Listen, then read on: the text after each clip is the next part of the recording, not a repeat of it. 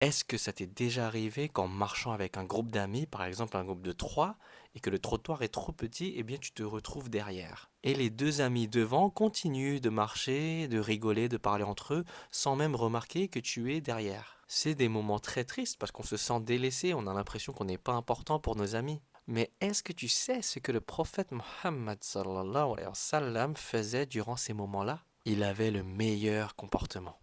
Il faisait toujours en sorte que tout le monde se sente inclus. Dans une situation comme ça, le prophète sallallahu alayhi wa sallam n'aurait jamais laissé qui que ce soit se sentir oublié ou délaissé. Il faisait toujours en sorte de trouver un moyen pour que tout le monde se sente inclus. Il faisait en sorte que tout le monde se sente important. Peu importe le statut social de la personne, peu importe s'il était riche ou pauvre, si c'était quelqu'un d'important pour la société ou non, eh bien le prophète Mohammed sallallahu alayhi wa sallam donnait toute son attention lorsqu'il parlait à quelqu'un. Anas ibn Malik a dit, quand quelqu'un parlait avec le prophète sallallahu alayhi wa sallam, il se tournait entièrement vers lui au point qu'il pensait être la personne la plus aimée du prophète. Il ne se contentait pas de juste tourner la tête vers la personne lorsqu'il parlait, non, il tournait tout son corps vers la personne pour que cette personne se sente importante, pour montrer qu'il était engagé dans la conversation, qu'il était à l'écoute. Chaque personne en face de lui avait l'impression d'être la plus spéciale. Il n'excluait jamais quelqu'un. Le prophète sallallahu alayhi wa sallam a dit, celui qui n'a pas de compassion pour les jeunes, ni de respect pour les plus âgés, ne fait pas partie de nous.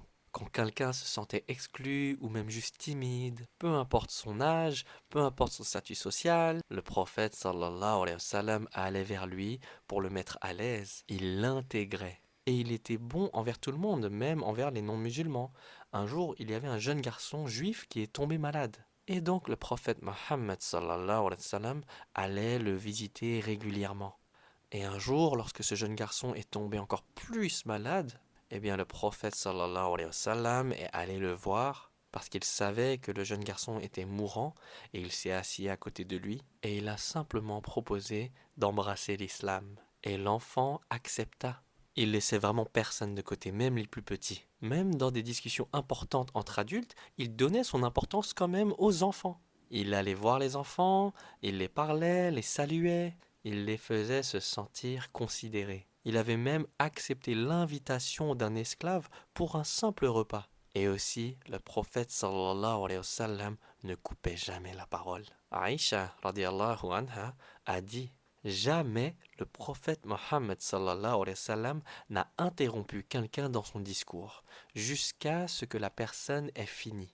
Vous voyez à quel point son comportement était exemplaire. Allah nous a donné le meilleur exemple à suivre. Lorsqu'on se demande c'est quoi avoir un bon comportement, eh bien on peut regarder comment le prophète Mohammed sallallahu alayhi wa sallam se comportait. Il faut toujours essayer de se dire qu'est-ce que le prophète ferait à ce moment-là pour essayer d'avoir la meilleure réponse, le meilleur comportement envers les gens. Il avait tellement de compassion, tellement d'empathie, qu'un jour, il y avait un homme qui tremblait en parlant au prophète sallallahu alayhi wa sallam. Et en voyant que l'homme tremblait, il lui a dit, détends-toi, je ne suis qu'un fils d'une femme de Quraysh qui mangeait de la viande séchée. Il rassurait les gens pour que les gens ne se sentent pas inférieurs. Il était si humble et il avait tant de douceur lorsqu'il parlait aux gens. En sa présence, tout le monde se sentait valorisé, aimé et inclus.